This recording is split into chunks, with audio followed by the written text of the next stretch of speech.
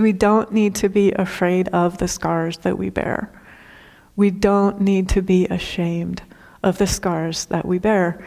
They are included, they are enfolded in the resurrection. So I think sometimes humans have this feeling of, I experienced that trauma, how can I live into new joy beyond that trauma? How is such a thing possible? And he just demonstrates with his life, you live the light. You allow the light to live through you, independent of whatever scars it is that you bear. He bears his particular scars. Each human bears their particular scars. There doesn't need to be shame associated with this. There doesn't need to be judgment associated with this. And so when we let go of judgment, this is a teaching from Swami Shankarananda. He says when judgment goes, the only thing that's left is light. And notice which is more fun. So the light is definitely more fun. And see if you can allow yourself to hold more lightly any way in which you have been looking at your own scars and feeling judgment in relation to those scars. And then just notice, may I equally extend grace, not only to myself in relation to the scars that I might carry, but may I equally extend grace to other humans in relation to the scars that they might carry as well. And then I'm simply allowing the light to be present. I'm allowing the light to fully live. Yes, that happened. And now what would the light like to help create in this new time, in this new moment, in this new place? And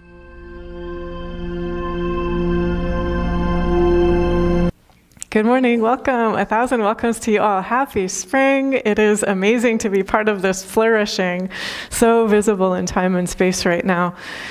So we're tuning in to the energy of that flourishing spiritually, and we're meditating on the topic instant self-enlightenment. And this is a phrase that comes from Swami Shankarananda, who founded this meditation community. And I'll just share with you among the things that he says about instant self-enlightenment. Everything that is before you is the opportunity to experience instant self-enlightenment. Then you are living self-realization, and only then. So every moment, anything that we are aware of, anything that is before us, is an invitation to open and to allow that energy of pure, instant self-enlightenment to be fully present. Today's topic, we are meditating on powerful in word and deed. And so we will tune into different entry points into that. I'd like to share a teaching. This is from John 20, and we're meditating on this idea of resurrecting ourselves. So from a yogic perspective, the teachings about Jesus are an invitation for every human to realize, in the words of Swami Shankarananda, I am the resurrection unto myself. So trauma does not get the last word. Torture and torment and pain do not get the last word. Death is not the end. Loss is not the final word. And so we're opening to what comes after, what comes next. And so this is a story that is not only about what Jesus went through, but it's an invitation, whatever we have gone through, to allow ourselves to let go of the pain that we have been carrying in order to resurrect. Let go of the trauma that we have experienced in order to live more fully and joyfully and freely in new light, in new joy, in new creative energy, in new happiness. Welcome. Thanks for joining us. If you are enjoying this content, please like, share, and subscribe. It helps joy travel. And so these teachings are opportunities and invitations for all of us to live into the newness, the joy, the gladness, the generosity, the mirth, the kindness of that new light. And so this is from John 20. Now Mary stood outside the tomb crying. As she wept, she bent over to look into the tomb and saw two angels in white seated where Jesus' body had been, one at the head and the other at the foot. They asked her, "Woman, why are you crying?" "They have taken my Lord away," she said, "and I don't know where they have put him." At this, she turned around and saw Jesus standing there, but she did not realize that it was Jesus. He asked her, "Woman, why are you crying? Who is it you are looking for?" Thinking he was the gardener, she said, "Sir, if you have carried him away, tell me where you have put him, and I will get him." This makes me cry. Jesus said to her, "Mary." She turned toward him and cried out in Aramaic, "Rabboni," which means teacher. And so what this is telling us with so much love is that right when we find ourselves crying, right when we find ourselves at a loss, right when we find ourselves looking and expecting the divine to be there in a particular form, in a particular way, and we're not seeing it, and we're feeling bereft, we're feeling distressed, we're feeling like we've been cut off or we're separate from what we long for, what we adore, what we're looking for, the divine is already right there. The divine is already present with us. The divine is already in the garden, even while our tears are flowing down our cheeks. And so for each of us, this is the opportunity to lovingly be with ourselves if we find ourselves with tears streaming down our cheeks. If we find ourselves feeling lost, feeling bereft, feeling dismay, the divine is already there. And so we're opening to the ways in which the divine is already there, knowing that it exceeds our human expectations. It exceeds what we ourselves are looking for in name and form. It's something fresh. It's something new. It's something unprecedented. And so for our human selves, what we're doing is we're saying, I know the divine is already here. When tears are streaming down my face and I'm not seeing the divine, I open. I know the divine is already here. And I'm open to allowing the divine to reveal itself to me. And that tenderness, the way in which the divine calls to her and just says, Mary, the divine is calling to each of us always. The divine is calling to the heart of each of us always. And simply saying, I am here. I am present. There is never a moment when the divine is not with us. And the other wonderful aspect of this teaching is the resurrected Jesus looks completely ordinary. Mary thinks it is the gardener. Okay, and so what this tells you as well is humans all around you have resurrected themselves from trauma. They have resurrected themselves from torment. They have resurrected themselves from what seemed humanly impossible to move through, and they look completely ordinary. They look like the person working in the garden.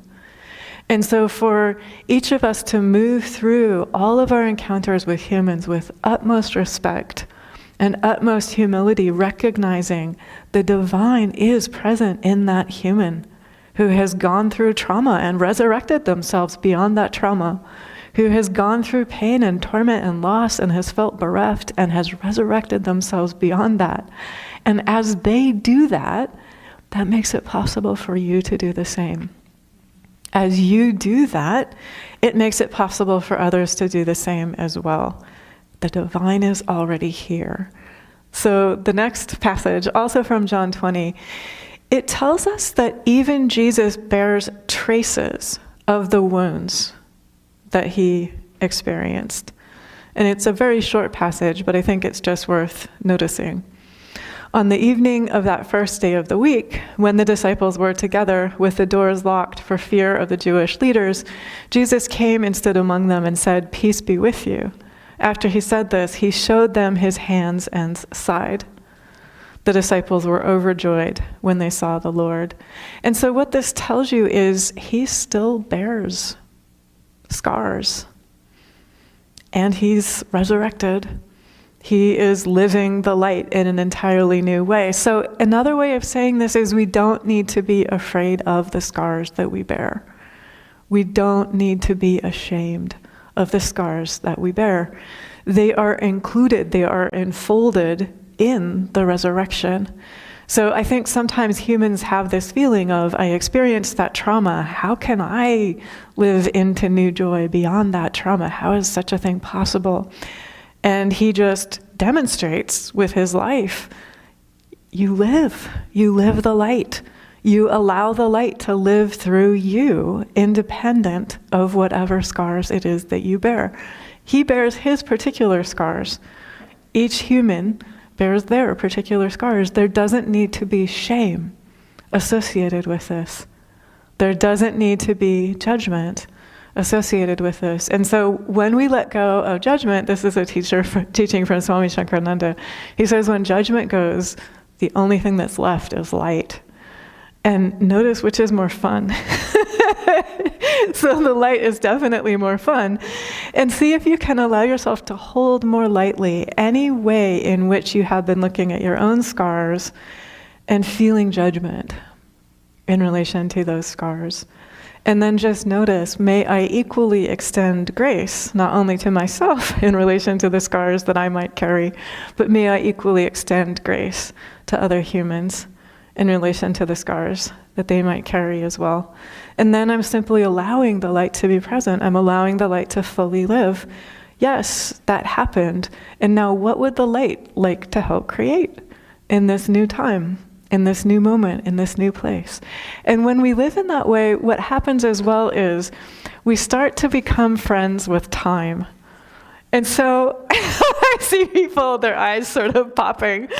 So I think very often we have like a struggling or conflictual relationship with time, right? Like I was walking with a neighbor a couple of years ago and she was like, I need to divorce time.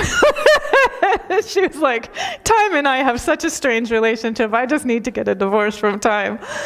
But another way of looking at that is to just say, when I am in contact with the eternal, time is my friend.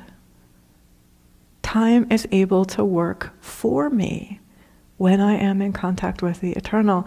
And just notice if that helps you have a different relationship to your calendar. Because very often we're wrestling in relation to our calendar. But the eternal is present. And so time is my friend also. The eternal is present. And so space, being here in the world, that's my friend also. And so we can truly allow this energy of universal friendship to live through us. At the top of the hour, we were meditating on a teaching from Swami Sri Yukteswar, and he was saying, live in divine cheerfulness with the mind at peace. Living in divine cheerfulness with the mind at peace, time is our friend. Living in divine cheerfulness with the mind at peace, we are cheerful and friendly in relation to space, in relation to the world as well, no matter what it is that's happening in the world. So another teaching, and this is from Luke 24, which reminds us that the resurrected, illumined one, it's already with us. It's already walking as we are walking along life, the road of life, wherever we are walking. Now that same day, two of them were going to a village called Emmaus, about 7 miles from Jerusalem. They were talking with each other about everything that had happened. As they talked and discussed these things with each other, Jesus himself came up and walked along with them, but they were kept from recognizing him. He asked them, "What are you discussing together as you walk along?" They stood still, their faces downcast. One of them, named Cleopas, asked him, "Are you the only one visiting Jerusalem who does not know the things that have happened there in these days?" "What things?" he asked.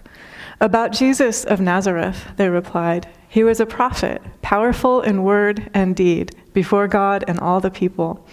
The chief priests and our rulers handed him over to be sentenced to death, and they crucified him. But we had hoped that he was the one who was going to redeem Israel. And what is more, it is the 3rd day since all this took place. In addition, some of our women amazed us. They went to the tomb early this morning but didn't find his body. They came and told us that they had seen a vision of angels who said he was alive. Then some of our companions went to the tomb and found it just as the women had said, but they did not see Jesus. He said to them, 'How foolish you are, and how slow to believe all that the prophets have spoken. Did not the Messiah have to suffer these things and then enter his glory? And beginning with Moses and all the prophets, he explained to them what was said in all the scriptures concerning himself. As they approached the village to which they were going, Jesus continued on as if he were going farther. But they urged him strongly, "Stay with us, for it is nearly evening. The day is almost over." So he went in to stay with them. When he was at the table with them, he took bread, gave thanks, broke it, and began to give it to them. Then their eyes were opened, and they recognized him, and he disappeared from their sight. They asked each other, "Were not our hearts burning within us while he talked with us on the road and opened the scriptures to us?" So many ways in which it's possible to keep meditating with this particular teaching, but a couple of the teachings here, the resurrection illumined one looks like an ordinary traveler. And so what this is telling you, as with the story of Jesus' appearance to Mary and the gardener, is the divine is already walking with you. The divine is already present, even if you are not aware of the presence of the divine. And so part of this teaching is an invitation to all of ourselves when we're not consciously aware of the divine. Stop and pause and say, I know the divine is already here. So I am willing to purify my mind. When the mind is pure, the mind is also still. And when the mind is still, we become aware of the continual, ongoing, blessed, blissful, joyful presence of the divine. And here, in this particular case, that expresses itself in the form of Jesus, who looks like an ordinary human, just traveling, just walking on the road of life. And so think about all the ordinary humans you encounter who are just traveling, just walking on the road of life. And again, the teaching is every human, if a human is here in time and space, gets the opportunity to resurrect beyond pain, to live beyond endings in a human lifetime, and to keep going and to allow the divine to create new, create fresh, create what is impossible to imagine with the human mind, to create what is unprecedented. That means it won't happen again in exactly the way that it happened here. And for each of us, that means we are turning within and we are saying, when I am in the midst of confusion, the way that these people traveling are in the midst of confusion, how may I simply open and allow divine clarity to share itself with me? How may I, when I have questions and I don't understand, how may I open and allow the divine to make truth present and palpable to me right in the midst of my daily life? Whenever I have a question, how may I simply open to the energy of compassion? Compassion is always present. It is the energy of divine love that is our own nature. It is the energy of divine wisdom that is our own nature. And compassion always finds a way forward. And so I'll just share with you a couple entry points and observations about that. One comes from a video. I think the video was recorded maybe about 3 weeks ago, but I just saw it recently. And it's a story about a wildlife rescue center, actually just a couple hours away from here in another state. And a man brought into the wildlife rescue center what he thought was a little kitten. It was only 24 hours old. It turned out to be a red fox kit. But it was so tiny that it looked like a little kitten when he first brought it in. So the staff who work at this wildlife rescue center are dressing up in a red fox costume while they feed the little red fox kit with a syringe. They're not talking. They're not exposing the little kit to any human sounds because they're doing their best to have the kit not imprint on humans. And this will optimize the possibility that the kit will be able to be released to the wild. And so you can actually go online on YouTube, the AP picked it up as well, and see this fabulous video of the wildlife rescue people wearing a red fox costume and feeding the little kit with a syringe. And so that's that energy of finding a way forward, no matter what. And it's that energy of selflessness. It's the energy of letting go of all judgment, what creates possibility, what creates forward movement. I'm going to bring this back to the story of Jesus. Again, always with entry points for all of us to simply live these teachings of truth. One of the final teachings that Jesus gives his students is love one another. And another final teaching that he gives his students is be of service to one another.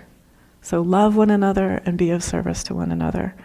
And then you'll notice what happens next is he doesn't only say this, he does this. He demonstrates this with his life. So even in the face of betrayal from someone close to him, there's no judgment. There's only love. There's only being of service. Even when his friends deny him, there's only love. There's no judgment. There's only being of service. Even when he is taunted and tormented and mocked and insulted and tortured, there is no judgment. There is only love, and there is only being of service. And so he has gone down to the bedrock of his existence. And I'm starting to give this some names from the yogic tradition. If we go down deeper than likes and dislikes, that's where he is. Because he also still has his human likes and dislikes. He also prays in the garden, if it be your will, let this cup pass from me.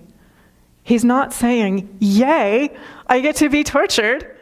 He's saying, if it be your will, let this cup pass from me. But he instantly says, not my will, thy will be done. So deeper than likes and dislikes, deeper than craving, deeper than attachment, there is steadiness in Brahman. There is steadiness in the Supreme. There is steadiness in the foundational energy and truth and reality and love and bliss of existence. And that is where he is. That is where he lives. And so for each of us, this is a reminder, if we become aware of craving, if we become aware of attachment, if we have awareness of human likes and dislikes, he says it once to the divine. He says, this would be my human preference. And then he says, and I know that highest good is being done. And that's what I want. Highest good. And so notice as well that it's possible to pray in a new way, to just ask once, simply. And then to say, and I know highest good is being done. And then to live in the flow, live in the fulfillment of that highest good. And that is what he demonstrates. So the whole next sequence, he is trusting the laws of energy completely. He has complete, total faith, trust, and confidence in the laws of energy.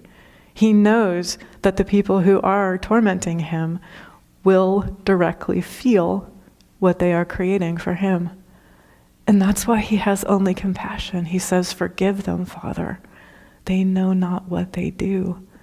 Because he understands they will meet what they create. And so the only thing that remains is compassion when we have that awareness. And so anything that you become aware of in the world, anything that you have encountered in your own life, have trust, faith, and confidence in the laws of energy. People will meet what they create, as we will meet what we create. And so we can, I think today's word is, be accountable to our thoughts, to our words, to our deeds, knowing that we will meet the results. And that means as well that as we take responsibility for our thoughts, our feelings, our words, our deeds, we can fully open to what Sri Yukteswar calls living in divine cheerfulness with the mind at peace, knowing that highest good is present, knowing that when we find ourselves in the garden with tears streaming down our cheeks, the divine is actually already there. The divine is already calling to us by name with such love, with such tenderness, with such support and such kindness and strength and encouragement. And so we're opening to the ways in which the divine is already here, the ways in which the divine is already helping to fulfill highest good. One of the words that yogis use is surrender. And one way to work with that is to let go of any emotional resistance, to simply allow yourself to completely fill your heart with divine love, no matter what is unfolding in time and space, to just allow divine love to be fully present in your heart. Another word that yogis use is non-attachment or detachment, and that would be letting go of any thoughts that are other than peace. Just allowing the mind to be completely filled with peace. So heart filled with divine love, mind filled with divine peace. When we have the heart completely filled with divine love and the mind completely filled with divine peace, we also live in that foundational connection to the source of all that is, the same way that Jesus lived. All that the divine has, I have. This is true for the non-separate self of everyone. So letting go of likes expands us into the non-separate self. Letting go of dislikes expands us into the non-separate self.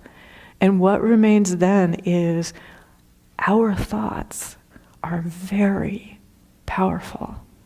They are helping to create our experience and our reality. Our words are very powerful.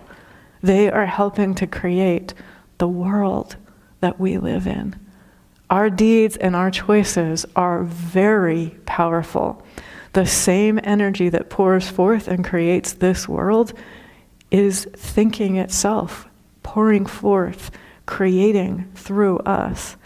And so as we live in the fullness of divine love, in the quiet, the confidence, the trust, and the faith of divine peace, in that energy of compassion which finds a way forward, we also live in a new world.